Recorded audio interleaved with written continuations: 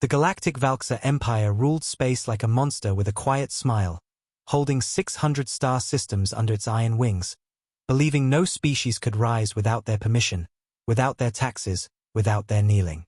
In the council chamber, a huge circular hall built like a temple of power, 50 alien species sat on high seats made of metal and stone, watching the small human delegation walk in with slow, steady steps. Every alien expected Earth to ask for trade rights, maybe mining permission, something small, something humble, because humans were new in space, young, inexperienced, only 1 century away from touching the stars. But the human ambassador asked something that made even the sound inside the hall freeze: permission to test Earth's prototype battleship in official council space. For a moment, no one spoke, and then laughter exploded like fire around the chamber, bouncing between walls of stone and technology. The Valkyr High General, covered in gold armor that reflected every light, leaned forward with a cruel smile, showing his sharp mandibles. Humans think they can build warships. His voice echoed, filled with fake respect and real mockery. Other alien leaders laughed openly, joking about Earth's engines burning like old wood, about their designs looking like scrap metal, about their FTL drive being a copy of alien technology they barely understood. They talked like humans were children building toy ships in a garage while adults ruled the universe. The human ambassador did not show anger, did not show fear, did not defend the honor of his race. He only raised his hand slowly, his face cold like frozen stone, his eyes empty like a night sky without stars, and said one single word: watch. No blueprint, no data chip, no hologram design, no technical specification, just one word that felt heavier than any document. Watch. The council stared, confused, because no species refused to show designs. But Earth did. They refused like they had nothing to prove. The Empire agreed to the test only because they wanted to make Earth look foolish in front of the entire galaxy. They wanted to record the failure, broadcast it across the network, prove to every species that humans were weak dreamers with no real technology. They prepared an observer fleet of 300 warships, including dreadnoughts the size of cities, destroyers with heavy plasma cannons, carriers full of drones, science vessels with hundreds of sensors pointed like eyes ready to show Earth's humiliation. The test location chosen was the Gravefield Nebula, a dead star field where no signals survived for long, a graveyard of ancient stars and broken debris floating like bones in darkness. It was silent like a cemetery, beautiful like a nightmare, the perfect place for a spectacle. The galaxy watched live through Council Stream. Billions of alien eyes waited to laugh. Billions waited to mock Earth. The human crew arrived quietly, without excitement, without speeches. And then something strange happened. When the test began, the entire Empire fleet waited, searching the dark for a giant ship, something dramatic, something impressive. But what came was a small black object, shaped like a rough stone, floating slowly from the shadows. It was not shiny, it was not smooth, its armor looked broken, cracked like shattered glass, like it was damaged before the test even started. The entire galaxy roared with laughter. The Valkyr commander opened audio broadcast to all ships and said loudly, "Prototype? It looks like trash. Humans built a rock with engines." His voice echoed across the halls, across space. Every alien commander laughed, every soldier on the fleet laughed, people in council laughed. But humans stayed silent. The black ship floated like a piece of night with eyes, silent, waiting. There were no threats, no heroic music, no captain's speech about honor or war. Only silence. Then a human voice came through a quiet encrypted channel, clear like cold metal cutting air. "Prototype Omega, awake." And for a second, nothing happened. The Empire expected fireworks, an engine turning on, some small attack. But what came was something that broke the rules of physics like paper. Omega vanished from every sensor, every radar, every thermal scan, every quantum pulse. Not faded, not cloaked, not hidden, gone. Space around it stretched like rubber, bent like a mirror, and suddenly the black ship reappeared behind the Empire fleet. Inside their formation, in a position no ship could reach without time, without movement, without trajectory. Before any captain could scream, space itself folded like a knife cutting silk, and 80 warships ripped apart like paper floating in air. No explosion, no fire, just shattered like toys dropped from a great height. The galaxy went silent. Crew members on remaining ships held their breath, eyes wide, hearts beating like drums of fear. The Valkyr commander's voice turned from laughter to panic. Attack. Attack now. He screamed orders like a drowning soldier. Dreadnoughts fired heavy cannons, destroyers launched plasma torpedoes, drones swarmed like insects, carriers opened hangars. Thousands of weapons fired at Omega. And all of them failed. Not because Omega blocked them, but because gravity itself broke around it. Rockets twisted mid-flight, plasma froze in space, beams turned into light clouds, drones crashed into nothing. Like space refused to let them fight. Omega moved again, but its movement was wrong, unnatural, like it did not use engines, like it was sliding between layers of reality. It appeared above ships, below ships, inside formation, everywhere and nowhere. And every time it appeared, another group of warships fell apart like dust thrown into wind. In seconds, the Empire's strongest observer fleet became ashes floating like snowflakes in space. The destruction was silent, cold, elegant, terrifying. In the council hall, laughter turned into shock so deep that no one could speak. The High General's golden armor reflected the screen, showing his strongest ships dying without a sound. His mandibles froze. His eyes widened. His pride disappeared like smoke in wind. The aquatic diplomats who mocked humans looked at the screen like they saw a ghost. The room full of arrogant voices became a graveyard of silence. No one breathed. No one blinked. For the first time in history, humans were feared. They were not funny now. They were not small. They were not weak. They were something new, something unknown. Something even the Empire could not understand. Every species realized one truth. Earth did not test a ship. They tested a nightmare wrapped in metal. Alien journalists tried to ask questions, tried to understand, tried to process what they saw. How did they build it? What power is this? This technology is impossible. They searched through every record, every database, every research log, but found nothing that made sense. Earth never published anything close to this. Earth never built factories big enough for such technology. Earth never mined exotic materials from distant stars. So where did Omega come from? The human ambassador stood slowly in the council hall. His eyes were cold, his voice steady like ancient truth. We will not answer questions today. The demonstration is complete. The Valkyr general screamed with anger. You cheated. You used illegal technology. No species can bend space like that. The human ambassador looked at him without fear. You think our engines bend space. But you are wrong. It is Omega that understands space.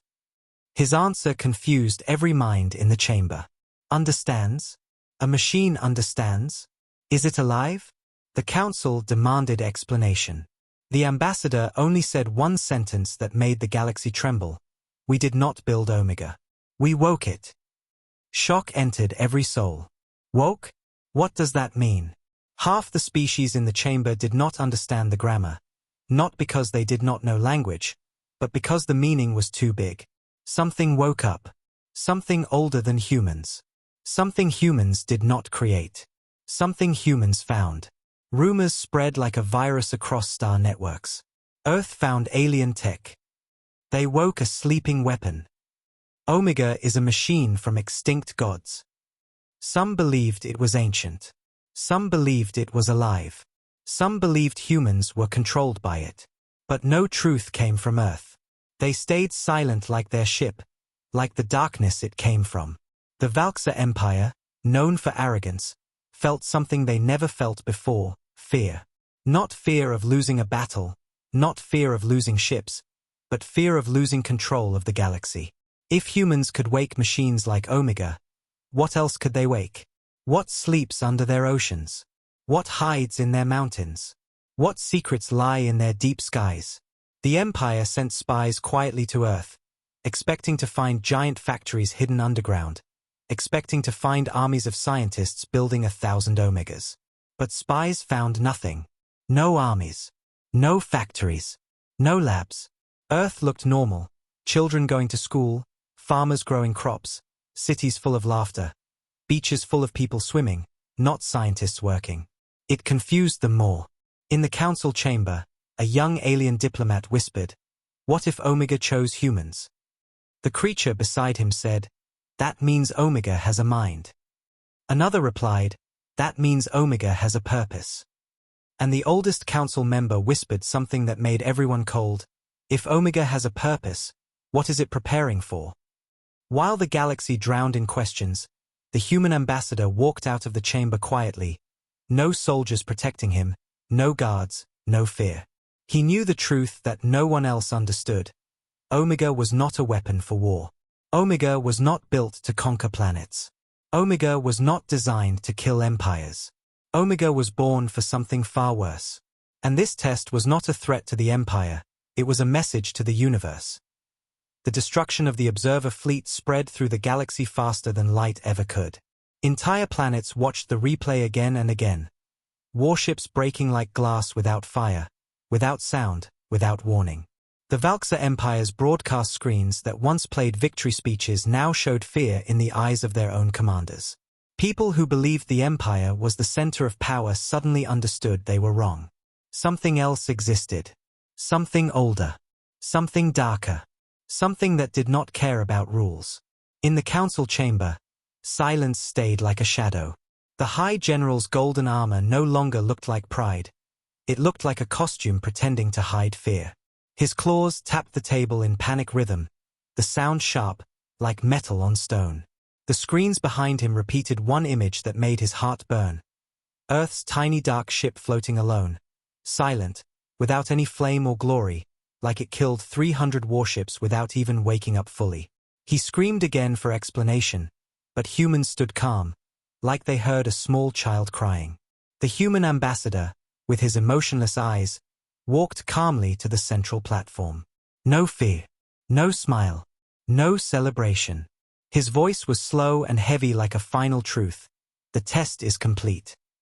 He bowed slightly to the council, as if ending a normal business request.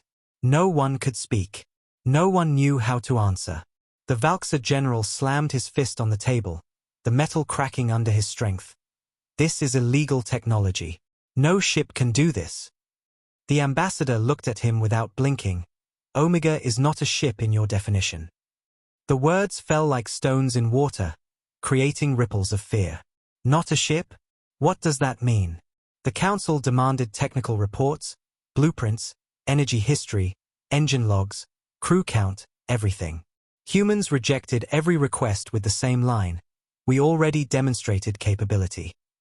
One alien scientist shouted, "This is not proof. This is terror." A nervous aquatic diplomat said, "What if humans are controlled by Omega?"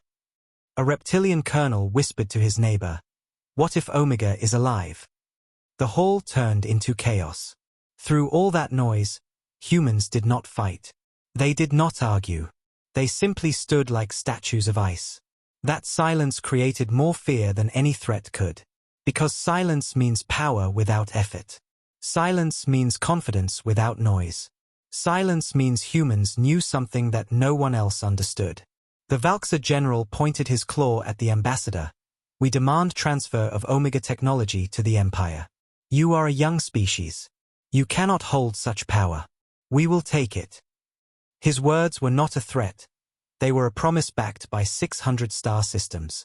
Everyone expected humans to finally respond with fear. But the human ambassador only moved his hand to his tablet, sending one short message to the council screens.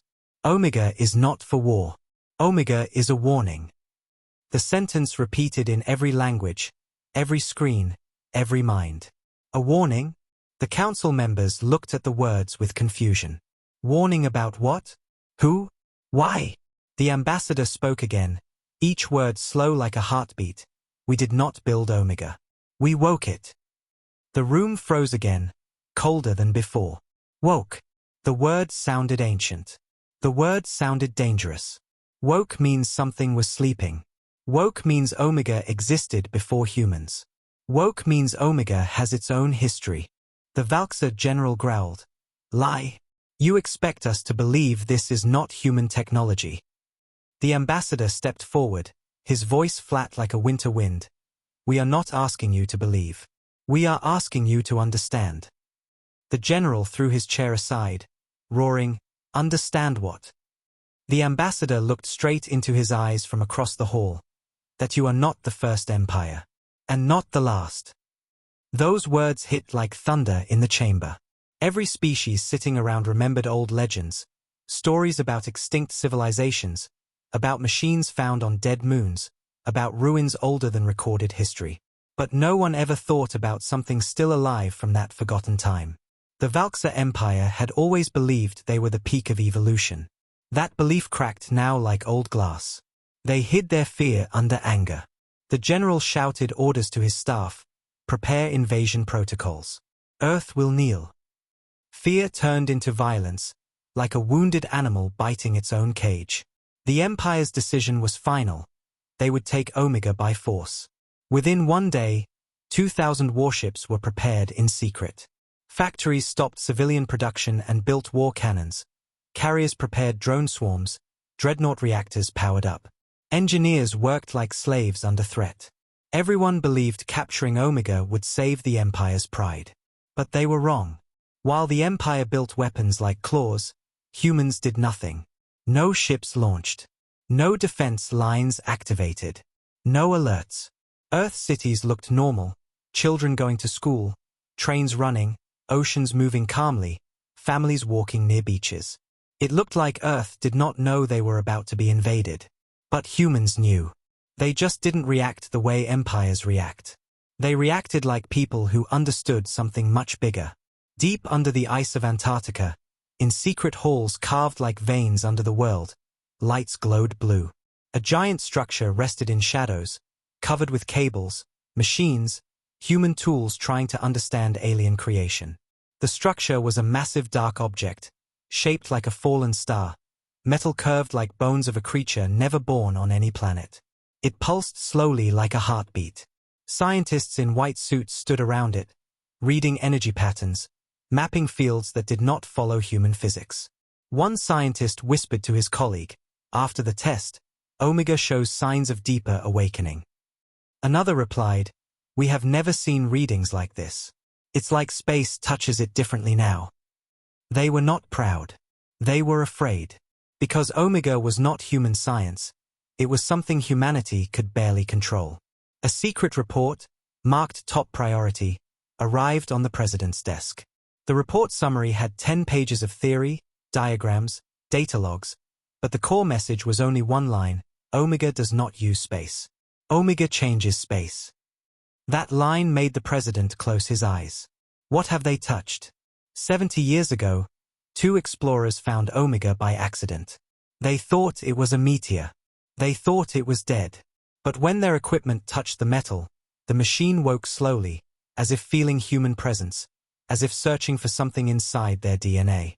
After that, governments hid the discovery, building labs under ice, moving teams from every nation, studying the object until the day it moved its first piece of armor. Omega became humanity's secret. Not because they wanted war, but because they feared what it truly was. No one understood its origin. No one understood its purpose. Omega was older than human language, older than human species, older than Earth's ice age. It remembered something humanity never lived, a war so large that galaxies broke like sand. Some scientists believed Omega fought in that war. Some believed Omega ran from it.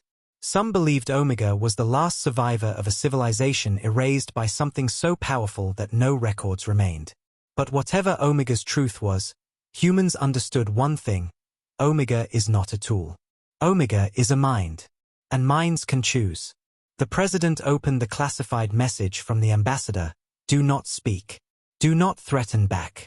Let the Empire come." This was not arrogance. It was strategy. If humans explained Omega, if humans gave the Empire warnings, if humans showed fear, the Empire would adapt. But if humans stayed silent, the Empire would walk into Omega's truth blindly. While the Empire worked like machine ants building weapons, their spies sent reports saying Earth looked weak. One report said, Earth cities continue normal life. No war preparation detected. Another said, no fleet movements. No heavy manufacturing. They are either extremely confident or extremely ignorant. The Empire believed humans were foolish. But humans knew they had already shown the only weapon that mattered. The truth that power can wake without factories. In the council hall, some species began to fear the Empire more than humans. They saw desperation in the Empire's behavior. They saw madness born from humiliation. A thin gray alien diplomat whispered to his partner, "This is not about war. This is about pride." The partner replied, "Pride destroys logic." They both watched the transmission of the Empire fleet gathering near jump points like a black storm. The human ambassador returned to Earth quietly. No fanfare. No escort. He stood in the secret Antarctica facility and watched Omega through a glass wall, its surface glowing with faint blue veins like frozen lightning. Scientists monitored readings, alarms blinking softly. The ambassador whispered, "They are coming." The machine did not move, but the lights inside it pulsed slowly, like breathing. Outside, under miles of ice, the world looked peaceful. Snow fell on silent mountains. Wind carried no sound of war. But underground, something ancient was waking like a predator that slept for millions of years. It did not care about species, politics, council laws, or human fear. It cared only about its final command written in its core by creators who died long before humanity existed. Humans discovered that command decades ago, after decrypting fragments of Omega's memory. The command terrified them: protect the next life. Protect. Not attack. Protect. Not conquer. Protect. From what? The answer came from a scientist who spent his life decoding energy patterns in Omega's shell. He whispered before retiring, "If Omega protects next life, it means something once tried to erase that life." That theory made every scientist lose sleep. Something once ate galaxies. Something once destroyed whole civilizations. And Omega was built to fight that something. But the enemy was gone. Maybe gone. Maybe sleeping. Maybe waiting like Omega waited. No one knew. When the Empire declared invasion, humans did not warn the world with loud news. They whispered to nations privately. They told leaders to stay calm. They told people to live normally. They told armies to stay hidden. Because humanity's greatest weapon was not Omega's energy, it was Omega's mystery. Let the Empire fear what they do not understand. Let them fight shadows. The Valkyr Empire completed war preparation in record time.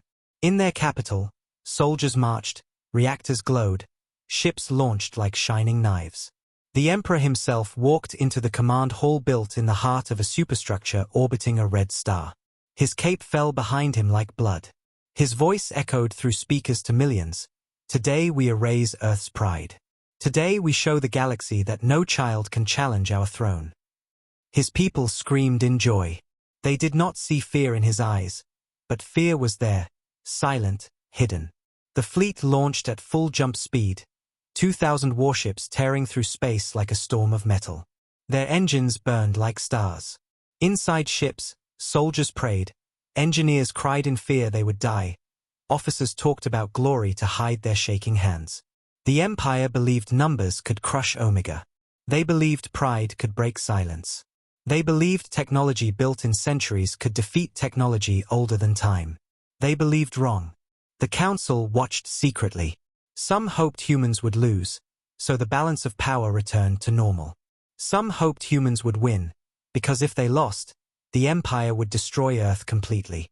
Some just watched with fear, because uncertainty was more terrifying than war. Earth saw the fleet approaching through hidden detectors placed across the solar system, though nations did not announce anything. The president met the ambassador again under the ice. The room was cold but sweating from tension. He asked, "Can Omega protect Earth?" The ambassador answered without emotion, "Omega does not protect Earth. Omega protects life." The president closed his eyes, feeling the meaning. Omega wasn't loyal to humans. Omega was loyal to existence. In that moment, Omega's lights grew brighter, shadows in its armor moving like living skin adjusting. Energy fields formed around it like wings made from gravity.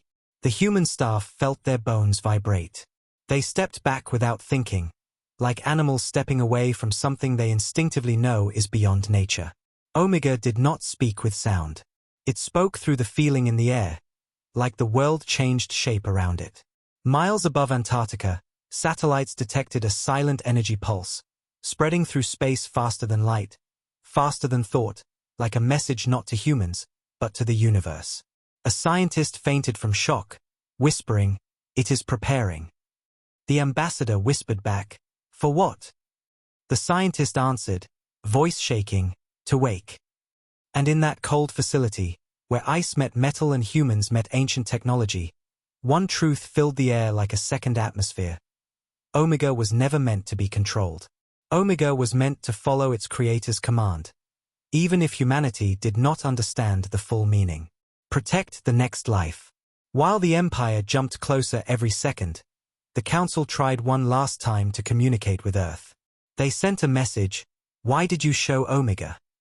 The ambassador replied only, "So you would understand why empires fall." The message confused them. Empires fall? The Valksa Empire never fell. They believed they were eternal. They believed history was their servant. But humans had seen history differently. They saw fossils of forgotten rulers in museums. They saw empires in books that died without sound. They saw civilizations erased by time. They knew eternity was a dream. Omega knew that too. The invasion would begin soon. And humanity prepared not with fear, but with silence, because silence was the first weapon Omega taught them. Not speaking is more terrifying than screaming. Not fighting is more powerful than punching. Humans let the Empire walk into their own nightmare.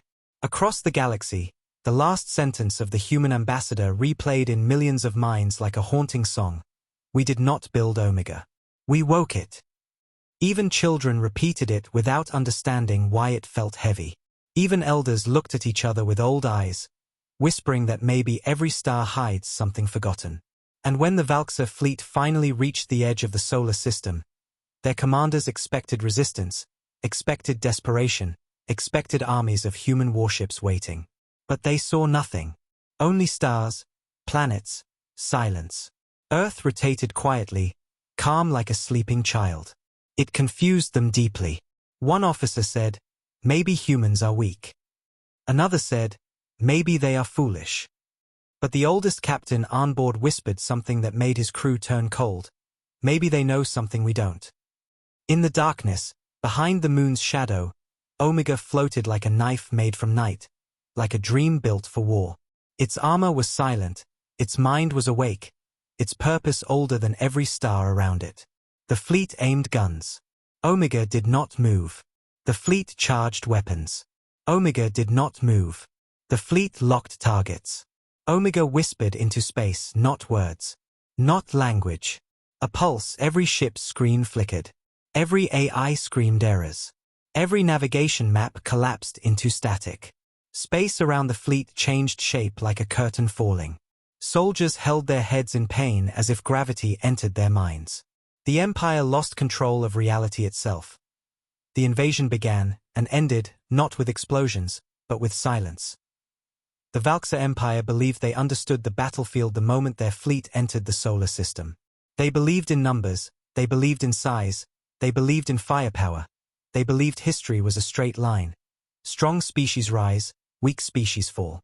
But Omega was not born from history they understood. Omega came from a time before empires, before laws, before galaxies were quiet. When the invasion fleet lost control of their screens, they thought it was a glitch. When navigation failed, they thought it was a hack. When space itself bent, they thought it was a weapon. They were wrong every time. Omega wasn't fighting them. Omega was showing them the truth. When the first wave of warships became silent objects floating like broken statues in space, the Council panicked. Screens in the chamber turned black. There was no explosion sound, no fire, no debris field, just warships frozen, twisted in shapes that felt impossible, like space folded them wrong. The Valksa general's voice broke with terror. What is this? What is this technology? The hall felt like ice, every species watching the screens like they were watching a god erase mountains. The human ambassador did not speak. His silence was louder than screaming. His eyes did not show victory, they showed something else, something heavy, like burden. When the council begged for answers, the ambassador whispered only one line, quiet and cold, "You are seeing Omega's first breath." That sentence spread across the galaxy like a virus in the mind. First breath. What is second breath? What is Omega's full awakening? Every scientist watching from their home worlds felt their stomach twist, because the destruction they saw did not look like war. It looked like nature correcting something. Like gravity fixing a mistake. Like Omega wasn't attacking, it was repairing reality around itself. Most minds refused to accept this truth, because accepting meant accepting that Omega was not a tool. Omega was life. Thousands of kilometers below Earth's frozen surface, hidden under endless ice, humans had known Omega's truth for 70 years. The facility was built like a maze, tunnels cut into stone under glacier, where snow hid everything like ancient secrets. The air was cold, machines warm, screens filled with alien symbols humans only partly understood. In the center of that secret world, Omega rested like a fallen star, black, impossible, silent, until humans touched it. The story began with two explorers, a man and a woman, standing on Antarctica's ice when the sky was clear and the wind sounded like whispers. They drilled into the ground for ancient fossils, not expecting to find metal. Metal with no temperature. Metal that reflected stars even underground. Metal that made compasses insane. When their equipment touched the surface, a pulse went through the ice like a heartbeat waking from death. The explorers screamed, fell back. Snow around them lifted into the air like someone exhaled. They did not understand what they found, but governments did. For decades, elite scientists tried to open Omega, to drill it, to scan it, to understand it. But Omega did not open, not until something strange happened. A child, part of a visiting inspection group, touched the surface with her bare hand, and Omega reacted, metal shifting like water, light forming under the surface, symbols rising like veins.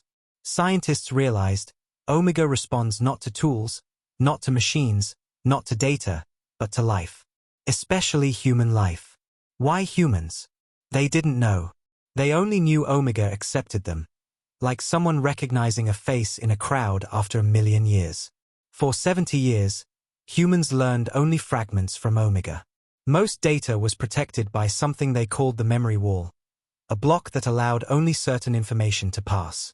But they did learn one terrifying truth. Omega was not the first of its kind. It was a prototype, the last surviving machine of an ancient army built by a civilization erased from the universe. They learned the name from Omega's memory echo, the guardians of the first dawn. This civilization lived millions of years before humans, before Valxa, before any empire, before the council even knew how to count stars. They faced an enemy that did not negotiate, did not talk, did not conquer, it consumed. Omega was built not to conquer stars, but to protect life from extinction. Humans found fragments of the ancient message encoded inside Omega's core, a sentence written in millions of repeating patterns, like a prayer, protect the next life from the shadow that eats stars. Scientists called that enemy the Devourers. No one knew what they looked like. Omega's memory held no image, only scars. Scars written into its structure. Scars made of gravity. Scars made of broken law of physics. Whatever Omega fought, it broke Omega beyond repair.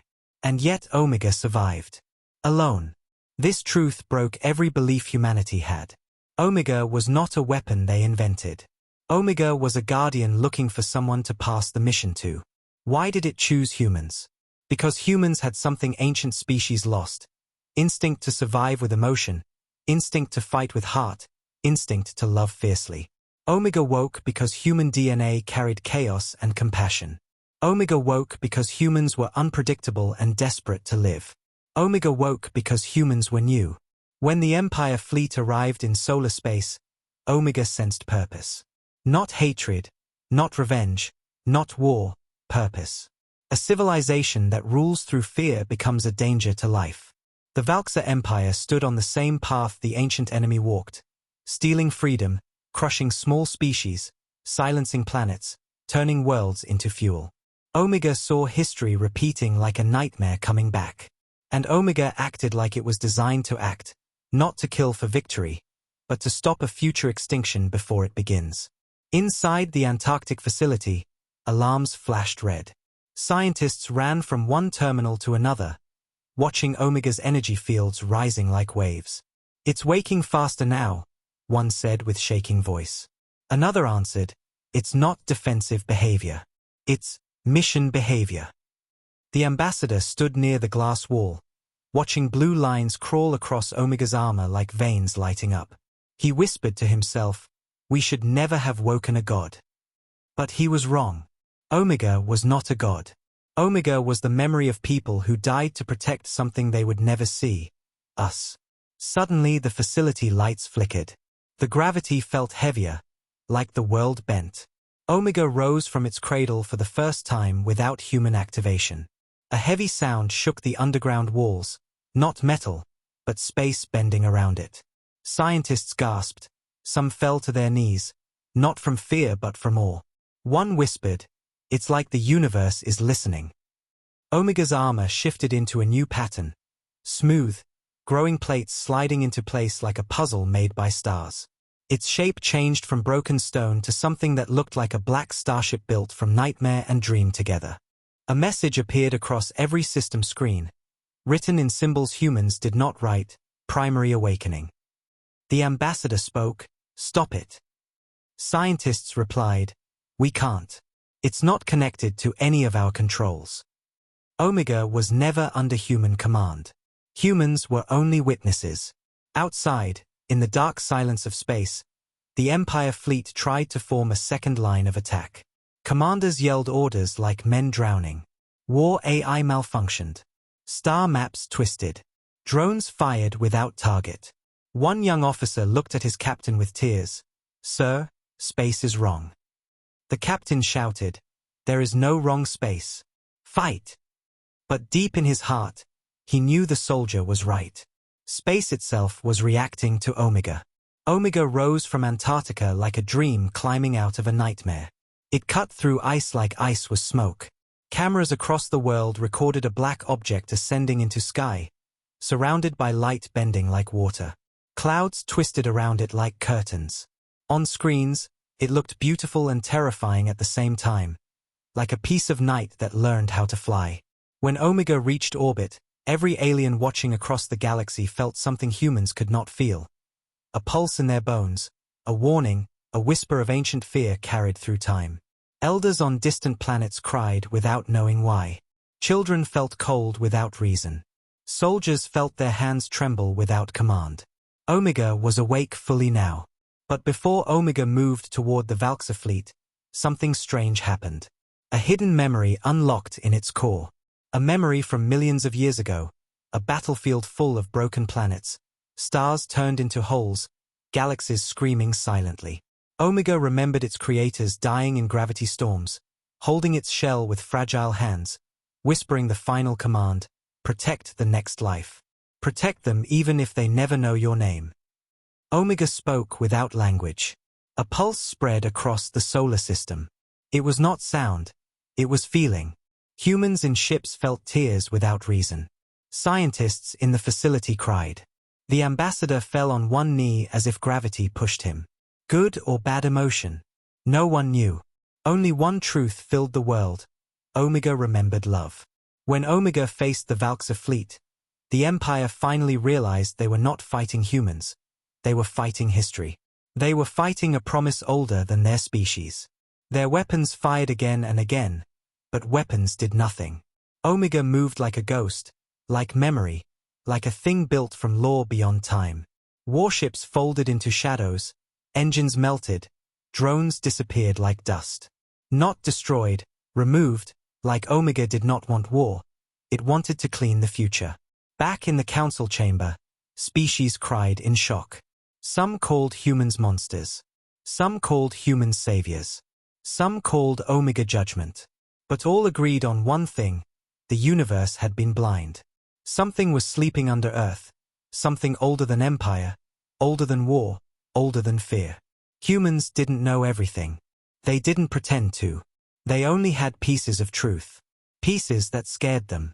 A scientist in the facility said, "Omega was built to fight the Devourers." Another asked, "Then where are the Devourers now?"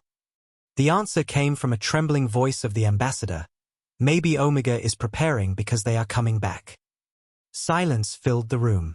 This was bigger than Earth. Bigger than Valxa. Bigger than Council. Omega did not speak again. Omega just finished what it began.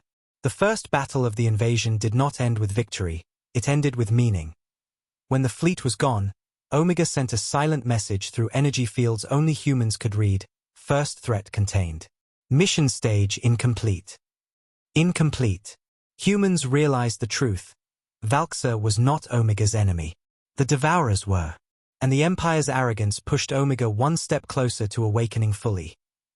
The human ambassador looked up at Omega through the glass wall, voice breaking for the first time: "You are not our weapon, we are yours."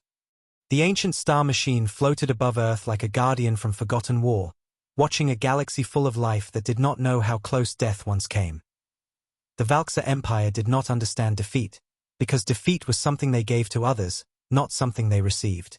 When their first invasion fleet vanished like dust in wind, they refused to believe Omega was stronger. Their commanders shouted that it was trick, illusion, wormhole trap, dark matter weapon. The Emperor broke his throne in rage, claws burning with hatred, screaming at his generals to prepare a second wave. The Empire was built on belief that fear makes power. They never imagined power can come from love, memory, or ancient duty. On the other side of the galaxy, people watched the broadcast with shaking hands. The council chamber was full, but it felt empty, like everyone was alone with their fear. Every second replayed the moment Omega folded 300 warships like paper, without anger, without fire, without emotion, like it was cleaning space. The human ambassador stood quietly at his seat, looking down, eyes tired, face pale, as if he felt every death like a weight on his soul. He did not celebrate. He did not smile. He looked like someone who carried a burden bigger than empires. When the council demanded answers again, he finally spoke, voice slow like pain: "The Empire will not stop. They cannot accept truth. So Omega will show them again." The council members shook. One aquatic leader cried, "Show again? Show what?" The ambassador looked at the hologram of the rushing Valxa fleet: that life cannot be ruled by fear. In Antarctica, the secret facility shook like a heart beating too fast. Omega was rising, its armor shining like black crystal absorbing stars. Its presence was not loud, but deep, like gravity growing stronger near it. Scientists could not understand the readings. Numbers showed impossible energy levels, gravitational shapeshifting, matter compression beyond human science. One young scientist whispered to the ambassador, "It is evolving. Omega is not the same as yesterday." The ambassador answered, eyes locked on Omega, "It remembers. Every battle wakes something inside it." Omega floated above Earth, silent like a moon made from shadow. People around the world looked up, seeing a dark object in the sky, like a second night glowing with strange blue veins. Children pointed with wonder. Old people prayed. Soldiers stood ready though they knew they could do nothing. Nations once divided by politics now united in quiet fear, because they realized humanity was not fighting alone. Something ancient was fighting for them. Or maybe fighting through them. In space, the second Valxa fleet arrived like a storm exploding into the system. 2,000 warships jumped into the outer orbit at once, forming a ring of steel around Earth's space. Engines burned like stars, weapons charged like lightning. The Emperor himself broadcast to the galaxy, voice shaking with rage and fear, "Earth is a threat. Their technology is stolen. We will erase their world before their monster erases us." Billions watched his eyes, saw truth behind his anger, not courage, but terror. Omega did not move, did not speak. The fleet began to position, forming assault lines like blades around a heart. Dreadnoughts targeted Omega from 10 directions, Carriers launched thousands of drones shaped like metal insects. Destroyers charged plasma warheads capable of breaking mountains. The galaxy held breath. It looked like Omega was surrounded, trapped, alone. The Council whispered that maybe Omega would lose. Maybe Earth was bluffing. Maybe aliens could win. Hope mixed with fear. Then it happened. Omega released a pulse. It was not loud. It was not bright. It was not explosive. It was gentle, like a breath leaving the body. But that breath touched space and changed it. All warship sensors screamed errors. Space around Omega rippled like water disturbed by stone.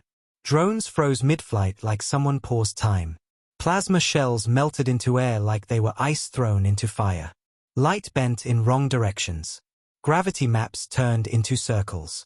The shape of reality looked like it was folding around Omega like cloth. Inside one ship, a young technician cried to her captain, "Sir, space is collapsing." The captain shouted, "Space cannot collapse. It is illusion." But her tears were real. Then why are my bones shaking? Omega glowed. Not like a weapon, but like a star remembering how to shine. Its armor opened slowly like petals of black flower, revealing a core made from moving light. Blue veins spread across its body like rivers on a map, pulsing with slow rhythm like heartbeat. Everyone watching felt something in their chest. Pain, sadness, beauty, fear, all at the same time. Omega was not angry. Omega was sorrowful. In the Antarctic facility, ancient symbols appeared on every screen. Scientists panicked trying to decode messages. Lines of unreadable text filled walls like ghosts writing. But one phrase translated clearly, repeating again and again, mission resuming. Threat detected. Omega's glow intensified. The massive object moved without speed, without force, without engine, like it slipped through a hole in space. One moment it was surrounded by warships. The next moment it was inside the center of the fleet. The second fleet fired everything in panic, but every weapon dissolved like smoke touching water. A dreadnought tried to ram Omega directly, its commander screaming like a desperate animal. But the ship turned to dust before touching Omega's surface. The dust floated like black snow around Omega, shining in blue light like stars dying. Warships tried to run. Omega opened a black arc in space, a curve of gravity shaped like a door. Any ship that entered that curve disappeared. Not destroyed. Not broken. Just gone. Like Omega was removing them from existence gently. Like a surgeon removing poison with care. Cameras across the galaxy captured the impossible vision. War fleet disappearing without explosion. People watching cried without knowing why. They felt like they were watching mercy and punishment at the same time. In the council chamber, many species stood from their seats. Some held their heads, some whispered prayers, some screamed, because they felt the truth in their bones. Omega did not hate the fleet. Omega pitied them. They were victims of their empire's arrogance, sent to die for pride. Omega treated them like sickness, not enemy. Healing by removal. It was terrifying because it was not war, it was correction. The Emperor watched his fleet vanish in silence. His claws trembled. His eyes widened. For the first time in his life, he understood he was not ruler of the universe. He was an insect standing in front of a memory millions of years old. He screamed at his council, "Stop the broadcast. Stop everything. Turn it off." But billions already saw it. Billions already understood. The empire they feared for centuries was small. Very small. As the last ship disappeared, Omega closed the black arc slowly like closing a tear in space. Silence returned. No wreckage. No battlefield. No bodies. Just stars shining in empty space. Omega floated alone again, like a stone floating on water, like a memory floating in time. It did not chase survivors. It did not shout victory. It just watched. Eyes invisible but presence felt. Earth remained quiet. No celebration. No screaming. No panic. Humanity watched, feeling a mix of pride and fear because they knew one truth. Omega did not fight for Earth. Omega fought for life. Humans were only the next life Omega was assigned to protect. That mission was written by creators who died. And now that mission lived through Omega, waking more with every threat. In the Antarctic facility, machines exploded with data. Omega's core opened deeper. Scientists finally saw fragments of the ancient war, the Devourers, visible as shadows eating stars in Omega's memory. Worlds burned without flame. Galaxies turned into empty circles. A voice echoed from Omega millions of years old, not in sound, but in feeling. Pain of last survivors creating a guardian knowing they will die. One scientist fell to the ground crying, voice shaking. They sacrificed everything to save someone they never met. That someone is us. Another whispered, we are alive because someone died millions of years ago. The ambassador stood near Omega's chamber, looking at the rising energy. His voice cracked softly, and Omega carries that sacrifice in its heart. The council, meanwhile, entered emergency session. Many species demanded to abandon Earth. Some demanded to destroy Earth before Omega destroys everything. Some demanded peace with humans. Some demanded to serve humans. Fear changed everything. In chaos, the human ambassador spoke again, voice heavy like burden. Omega will not attack any species who choose life over power. But Omega will not allow empires built on suffering. Those words shook the universe. Empires built on suffering. It meant Omega was not done. It meant Valxa was the first domino. It meant history would be rewritten, not by humans, but by a promise older than stars. At the same time, Omega slowly turned toward deep space, away from the ruins of the fleet, away from Earth. Its lights pulsed faster. A signal spread into the void, not message, not threat, but search. Like Omega was looking for something in distant darkness. Something it remembered. Something that once erased its creators. Humans felt the cold truth. Omega protected them. But Omega was preparing for a war bigger than any empire. The Devourers might not be dead. They might be sleeping in stars humans have not reached. Earth's leaders stood together for the first time in history. They understood Omega was not a weapon they control. It was a legacy mankind inherited. A legacy built on love and loss from a civilization they will never meet.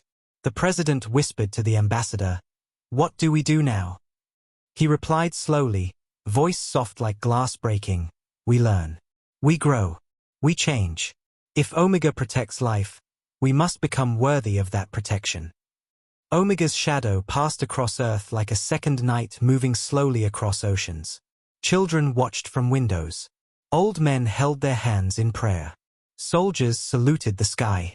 No one knew Omega's real mind. But everyone felt one thing. Future was no longer controlled by empire. It was controlled by ancient promise. Omega whispered one final message to Earth through the energy field of the Antarctic facility. A message decoded into simple human language. Life must not fear. Life must rise. And then Omega vanished into darkness of space, leaving Earth behind like a mother leaving child to grow, carrying a war older than memory into the stars. Humans watched its light fade with tears. Not tears of fear, tears of meaning. Because a machine made from forgotten love chose to fight for them. Omega vanished into the dark the way a memory disappears from a dream, silent, slow, but unforgettable. Earth stood under the sky with a feeling that could not be described by science. A feeling like something had protected them not because they were strong, but because they were alive. Humans looked at the stars differently now. Children pointed not with curiosity, but with belief. Soldiers did not stand with pride, but with humility. Politicians did not speak loudly, but softly. For the first time in human history, the world felt small in a way that did not hurt. It felt meaningful, chosen. But across the galaxy, the Valxa Empire burned with humiliation like a dying sun exploding in silence. The Emperor locked himself in his throne room, surrounded by broken screens playing the same image again and again. The moment Omega erased his fleet without violence, the moment his empire became a story of arrogance. His claws dug into the metal armrest, sparks flying as he crushed it. He could not accept that millions of years ago, someone built something greater than his entire civilization. His pride screamed louder than reason. Find its origin. Find the truth. And destroy it. His scientists, terrified of death, worked night and day to break Omega's mystery. They studied fragments of code stolen from Council streams, zoomed into slow-motion moments, analyzed the ripple of gravity around Omega. But no matter how deep they searched, they found nothing they could copy. Everything Omega did broke the laws they trusted. One desperate researcher whispered, "This is not technology. This is something else." The Emperor struck him and shouted, "Everything is technology. We simply do not understand it yet. We will build our own Omega." His laughter sounded like madness. While the Empire drowned in pride, the Council collapsed in fear. Only days ago, the Council felt like a strong temple of peace. Now it felt like a room of children lost in a storm.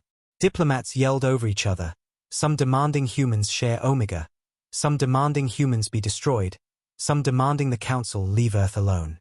None of them knew the truth. None of them saw Omega's heart. The human ambassador sat quietly, listening to chaos the way a soldier listens to wind before war. An old leader from a small peaceful species, with eyes like mirrors of time, stood and asked the question no one wanted to ask: what was Omega built to fight? His voice shook the room. The ambassador looked at him slowly. "We call them the Devourers." The word fell like stone inside water. Some diplomats laughed from fear.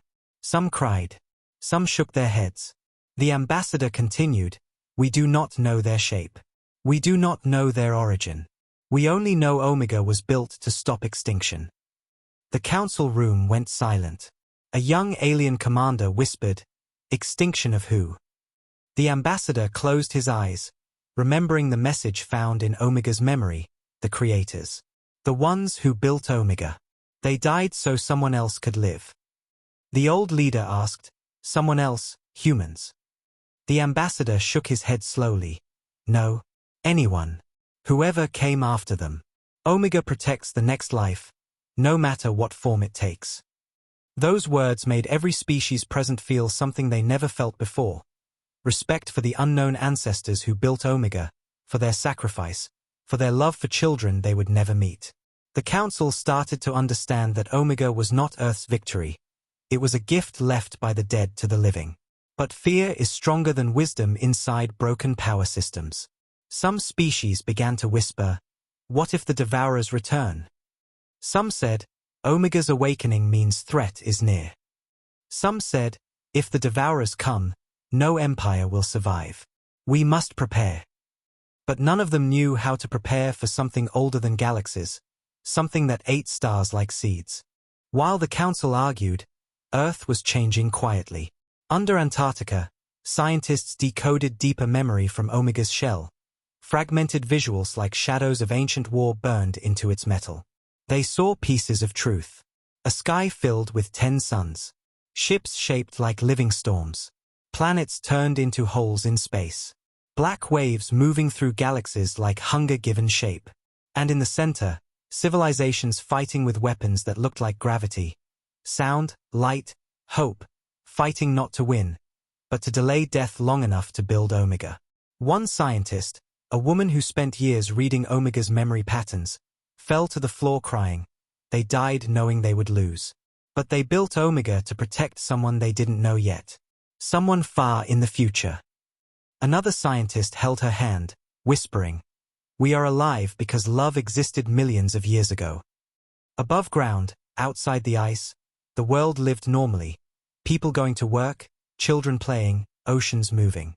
The simplicity of life felt beautiful and terrifying because humans understood now how fragile it was. If something could erase entire galaxies, Earth was nothing. But Omega had chosen to stand between humans and darkness. That choice carried weight. Omega traveled through space like a silent answer moving toward a question the galaxy didn't know it asked yet. Its lights pulsed like heartbeat, like memory, like longing. Inside Omega existed no anger, no ego, no pride, only duty left by dying hands. Every pulse was like a whisper from ancestors to children, live. The Valksa Emperor planned revenge not to protect his people, but to protect his pride. His scientists discovered something strange, gaps in Omega's memory, places where information was broken. They wrongly assumed those gaps were weaknesses. They believed if they copied those gaps, they could build something like Omega. Their plan was madness. Create a living machine using stolen biology from millions of slaves across their empire. They built secret labs, full of living pain, trying to make metal think. Their project name, Starbreaker. They dreamed of breaking stars before Omega could defend them.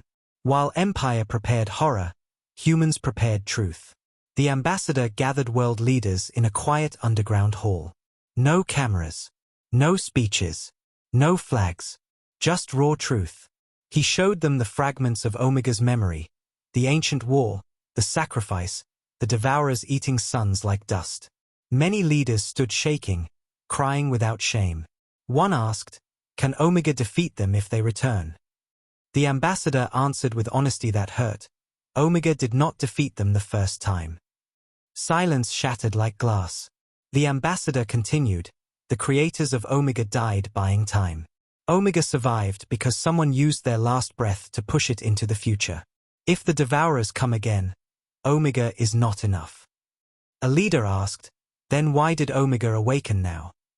The ambassador spoke, eyes heavy, because it sensed the same pattern that killed its creators. An empire built on suffering, growing without limit, spreading fear. The Valkyr Empire is not the devourers, but they will make the devourers easier to return. The leaders understood. Omega was not attacking the empire. It was preventing history from repeating. Humans finally realized their role. Not warriors, not rulers, not heroes, students of ancient memory. Humanity was given a chance to learn from a war they never fought. In the council chamber, fear turned into desperation. Some species started running from the idea of devourers, evacuating border systems, closing wormholes, shutting down exploration programs. Others formed alliances with Earth, believing Omega would protect them. A strange new world was forming, one where Earth, once laughed at, became the center of future hope. People across the galaxy wrote messages to humans, to Omega, "Thank you for protecting life." Some wrote, "We will stand with Earth if darkness returns." Some wrote, "Forgive us for laughing at you." And still, no one knew the real shape of devourers. The council asked the ambassador, "Do humans know what they look like?" He shook his head slowly. "No, we only know their nature." "What nature?" He replied with words that made the entire chamber feel weak. "They eat stars as we eat bread. They erase life the way we erase mistakes." Fear went through the chamber like electricity. One diplomat almost fainted. The ambassador continued, "The ancient war was not lost because they were weak. It was lost because the devourers were endless." That night, the galaxy did not sleep. Ships stopped moving. Trade routes went silent. People across planets looked up at stars with fear instead of wonder. Children asked their parents if the sky would disappear. Teachers had no answer. Priests prayed. Scientists doubted their science. Empires questioned their existence. Meanwhile, Omega continued traveling into deep space, searching for something only it remembered, the trace of the enemy that killed its creators. Its sensors scanned for energy patterns that do not belong to any known civilization. Its mind replayed the ancient war, stars collapsing into holes, worlds screaming silently. Omega's lights dimmed with pain that did not belong to it, but was inherited. That pain was love left behind. As Omega moved, it sent one soft signal back to Earth, like a whisper in a child's dream, "Protect life." Humans felt that message not in ears, but in hearts. It meant build peace. It meant break chains. It meant stop becoming empire. It meant find strength in unity, not fear. Humans understood now why Omega chose them. They were young enough to change. Omega reached the edge of known space, where stars were quiet and space was cold. And there, beyond maps, beyond stations, beyond empire borders, it found something. A dark cloud moving between stars with a shape that was not cloud, not ship, not life, not death, something like hunger given form. Omega's lights flared like flame in wind. Its ancient memory screamed inside itself like echo of a million voices dying. The devourers were not gone. They were waking. Omega drifted at the edge of known space like a piece of night that learned how to breathe. Its pulse was slow, heavy, like a giant heart remembering pain millions of years old.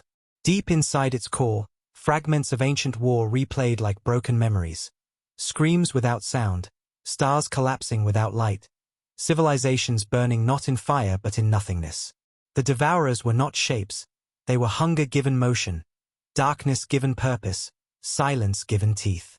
Omega scanned the void like it was searching for ghosts, because ghosts were all that remained in its memory. In this silent journey, Omega found something horrifying. A shadow moving across the void, blocking the light of distant stars. Not cloud, not rock, not fleet. A hole, spreading slowly like oil in water. Omega recognized it instantly. Memory and reality became one. The ancient enemy was waking, far away, but real. Omega's lights flickered like flame in storm. Not anger. Fear. A machine built for war fearing something means that something is beyond war itself. While Omega searched the void, the Valkyr Empire fed its hatred like fuel into a burning engine. The Emperor locked himself inside the superweapon chamber, a massive fortress floating above a red dwarf star. His eyes, once proud, now looked sick with obsession. The room was a cathedral of death, walls made from stolen star metal, floors filled with cables carrying screaming energy, and in the center, a giant device shaped like a cannon pointing at the heart of space. They called it Starbreaker. Starbreaker was not a weapon meant to kill planets. It was a weapon meant to break stars open, ripping their cores apart in one strike. Something so unnatural that even scientists who built it trembled when they looked at it. The Emperor believed if he could fire that power on Omega, he could crush it before Omega could return to fight again. He did not understand Omega was not his enemy. He did not understand he was becoming the very pattern Omega was built to stop. But pride makes kings blind, and fear makes them cruel. Scientists connected the final energy conduits. Thousands of slaves died building Starbreaker. Millions wept under Empire law. People screamed for mercy. But Empire did not hear them. Empire only heard its own heartbeat. Fear of being forgotten. Fear of being small. Fear of being laughed at the way they laughed at humans. That fear turned into hatred sharp enough to kill suns. Across the galaxy, the Council watched the Emperor prepare something they could not believe. A weapon that could erase star systems, not armies. One old leader whispered with shaking voice, "We feared Omega, but Omega never harmed stars." Another said, "We feared humans, but humans never demanded submission." The Council understood the bitter truth. Omega was dangerous, but Empire was destructive. Omega protected life. Empire worshipped power. The Council begged Valkyr to stop. They sent messages, "Do not use Starbreaker." But the Emperor replied with madness, "If I cannot rule stars, I will break them." On Earth, the human ambassador stood in the Antarctic facility, staring at screens showing Starbreaker's energy rising like a burning sun. Scientists ran around, voices shaking. Starbreaker output is increasing faster than expected. Another scientist shouted, "If they fire that into space, they might break the laws of reality we don't understand." The ambassador closed his eyes, feeling the weight of 1,000 invisible dead civilizations behind Omega's existence. Omega sensed it too. Across the void, it turned its dark reflective armor toward the direction of Valkyr's star. Its lights went dim for one long moment, like a soldier closing eyes before the last battle, remembering faces of those who gave it purpose. Omega sent one silent signal to Earth, a whisper made from gravity, "Prepare."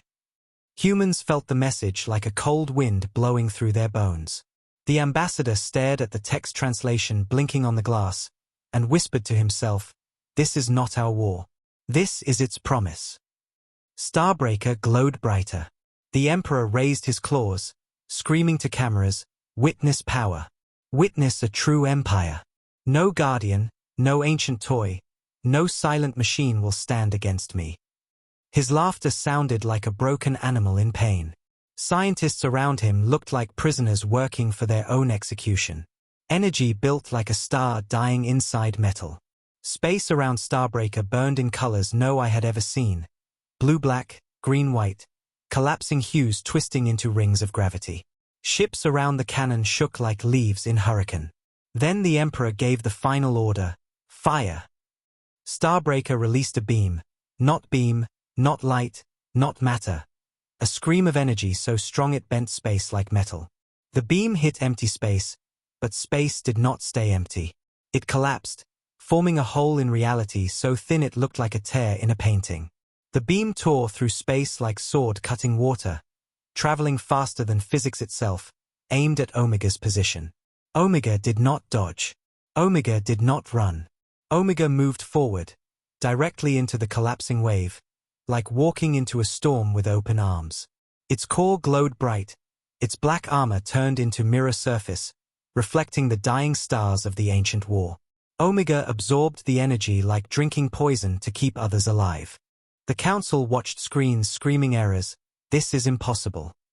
But Omega did the impossible.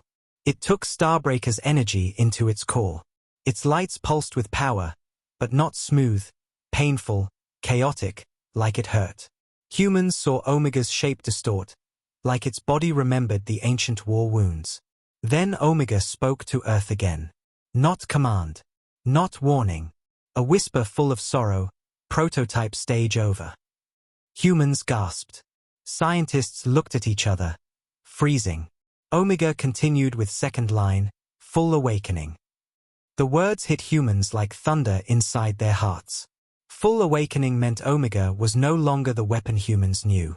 It was becoming something greater, something closer to what its creators dreamed before dying. Its armor unfolded, opening into shapes like wings made from black light. Gravity around it twisted into patterns like ancient symbols written in air. At its core, blue energy turned white, and small stars formed and vanished in microseconds. Omega was rewriting the fabric of itself. Valksa scientists screamed, Starbreaker energy absorbed. Omega growing stronger. The Emperor collapsed to his knees, shaking with terror, whispering to no one, "What have I done?" Omega turned. Not like a machine rotating. Like a creature turning its face toward prey. But Omega did not fire. Omega did not attack.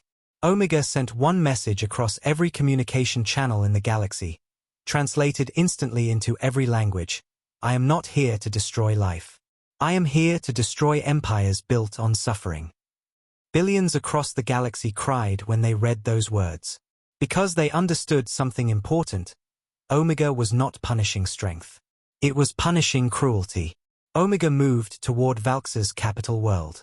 The Emperor jumped up, screaming to activate planet shields, calling armies to defend his throne. But his people did not listen. His own commanders stepped back from him. His generals shook their heads. People looked at Omega with tears, not anger, because they understood Omega could have destroyed worlds but did not. Omega erased fleets, not planets. Omega chose life over victory. The Emperor screamed, "Fight! Fight! Fight!" But his words sounded small, childish, weak. Omega arrived above Valksa's throne world, floating like a moon casting blue shadow over golden cities. Silence fell across the planet. People came out of their homes, staring at the sky, expecting fire, expecting death, expecting the end. Omega did nothing. No weapon fired. No beam hit. No explosion came. Instead, Omega projected a giant holographic wave across the planet's sky, showing every secret the Empire hid. Slave camps on moon mines, destroyed ecosystems on conquered worlds, species erased because they refused to kneel, children stolen from their planets to build Starbreaker, leaders executed for kindness. The sky became truth, and truth became destruction. People screamed, not in fear of Omega, but in shame of their own empire. Soldiers threw their weapons on ground. Civilians stormed prisons and freed the forgotten. Generals arrested the Emperor themselves. The Empire fell not because Omega fired weapons, but because Omega fired truth. In the council chamber, ambassadors wept. For the first time, they understood war can be won without killing children. For the first time, they understood Omega was not weapon of death, it was guardian of life. Omega hovered above Valksa until the Emperor was taken away. Then, without a word, Omega broke itself apart. Its armor separated into thousands of glowing shards, scattering across space like seeds of light. Each shard turned into a smaller machine shaped like a falling star. Those shards landed on dying worlds, repairing water, cleaning sky, healing soil. Omega's mission continued, not through battles, but through life. On Earth, the ambassador cried for the first time. He whispered, it did not seek glory. It sought life. Scientists knelt around the empty chamber where Omega once rested. The dark cradle was cold now, like the end of long story. But Omega was not gone. Omega was everywhere life suffered. In the final echo of its consciousness, Omega sent one message to Earth alone. You are the new guardians. Protect life, not power. Humans felt that message not as command, but as legacy. A legacy built by dying stars, carried through forgotten time, delivered to children who were once laughed at for being small. The galaxy did not fall silent after Omega disappeared, it changed. Slowly at first, like night turning into morning while the world is still asleep. But every species felt it in their hearts, like a soft pulse passing through stars. Omega shattered the Valkyr Empire without firing on cities, without spilling oceans of blood, without turning lives into ashes. It did something no empire could understand. It killed power, not people. It killed cruelty, not life. The throne room that once echoed with the Emperor's orders now smelled of cold dust. Chains lay broken where prisoners once cried. The new leaders walked through empty halls with heavy steps, their eyes reflecting shame deeper than any punishment. The stars outside did not celebrate their freedom. They looked at the sky with tears that came from knowledge. They were part of an empire that ate life to feel strong. And Omega showed them truth like a mirror they could never break again. On thousands of Valkyr worlds, people woke to skies full of glowing blue lines. Omega's holographic records still showing crimes, still showing names of the dead, still showing what they never dared to face. Families collapsed on floors crying for children they never knew were stolen. Soldiers looked at their armor and threw it away because they finally saw what they protected. Mothers hugged daughters with shaking arms. Old warriors whispered apologies to graves. And everywhere the same whispers rose from broken hearts, we were blind. The council chamber became a place of tears instead of pride. Ambassadors did not speak with loud voices. They spoke with soft shaking words, because they understood power is smaller than responsibility. The oldest alien leader spoke first, his voice thin but full of truth. We feared Omega because we thought it was weapon. But Omega was memory. Omega was love refusing to die. Many cried when he said love, because that word did not belong in war. Yet Omega proved love can break empires more completely than guns. The human ambassador sat quietly, hands folded, looking not proud but tired. His eyes were full of sadness, not victory. The council asked him the question every world wanted to ask, who is the new ruler of the galaxy now? They expected humans to take the throne the way empires do, claim, conquer, order. But he answered something that shook every species deeper than Omega's power: no one rules life. We protect it together. Those words did not sound like politics, they sounded like dawn. While diplomats rewrote peace laws with trembling hands, Omega's shards worked like seeds of hope. On a poisoned planet where children could not breathe without mask, a shard landed like a falling star. It unfolded into a living machine that cleaned air like a forest grown in seconds.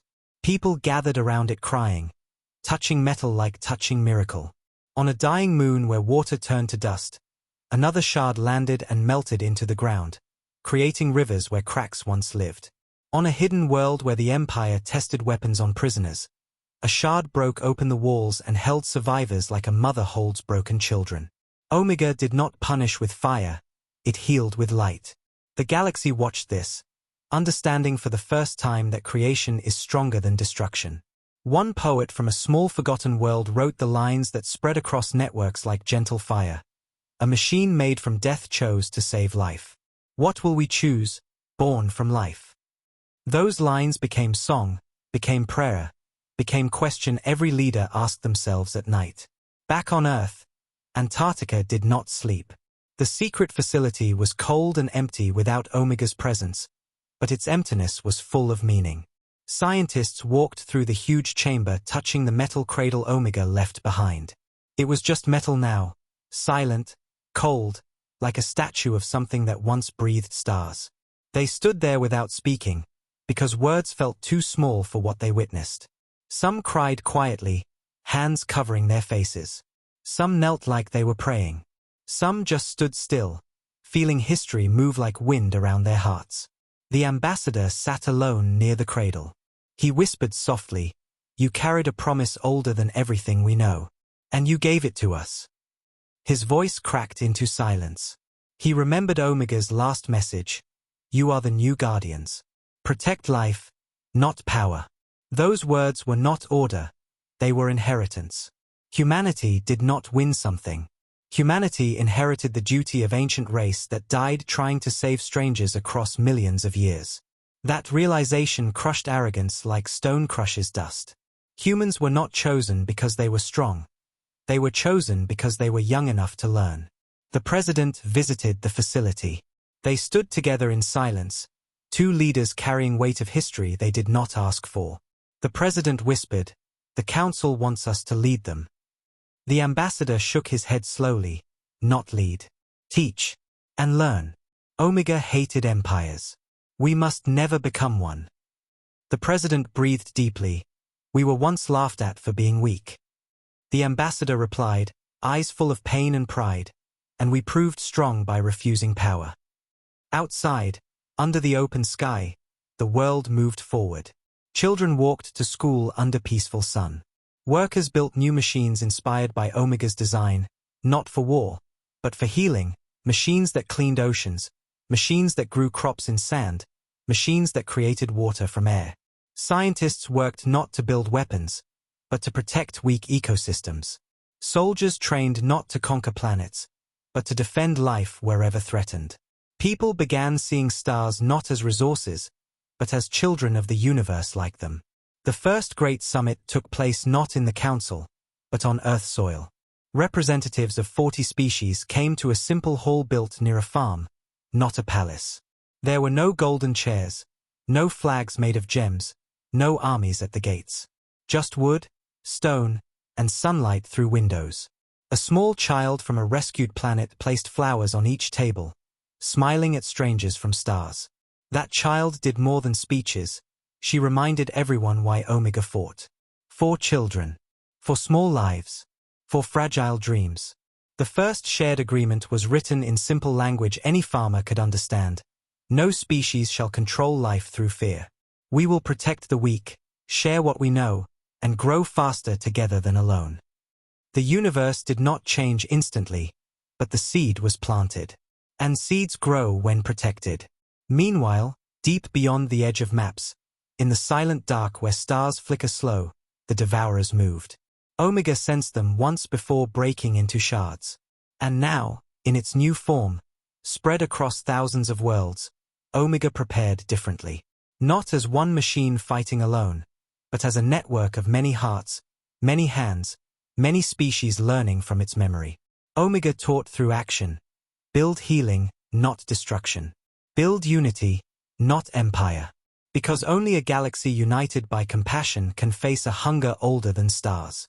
One shard landed on a distant world full of songbirds. It listened to children laugh. Another shard landed on a ruined moon, growing forests from stone. Omega was no longer prototype. Omega was legacy. And legacy is stronger than weapon.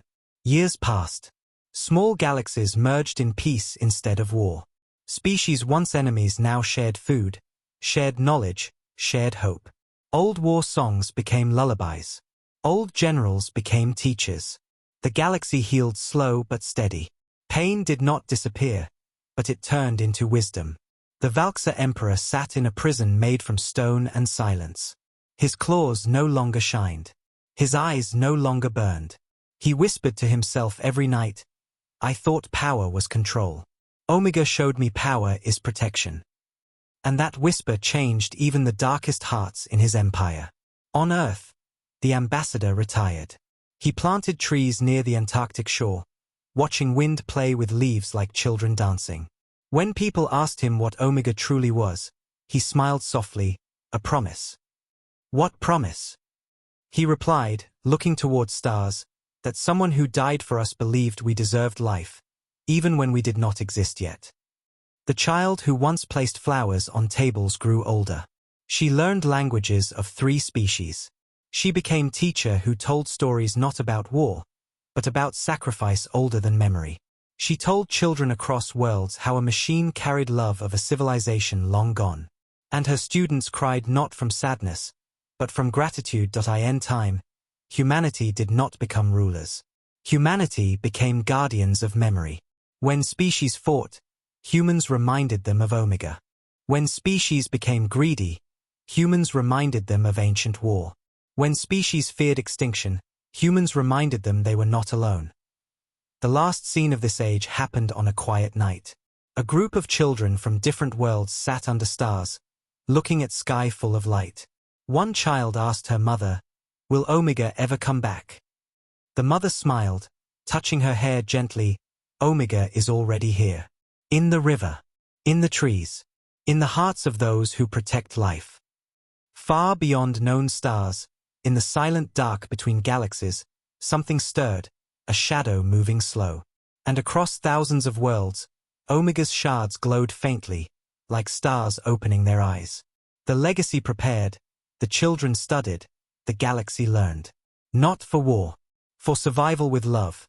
Because Omega taught one truth that can break any empire. Life must not fight to rule. Life must fight to protect. And that truth became the foundation of New Galaxy. Not empire. Not throne. But guardianship. A machine built from dying hands became the beginning of a living future. And somewhere in that future, the children of Earth whispered to stars.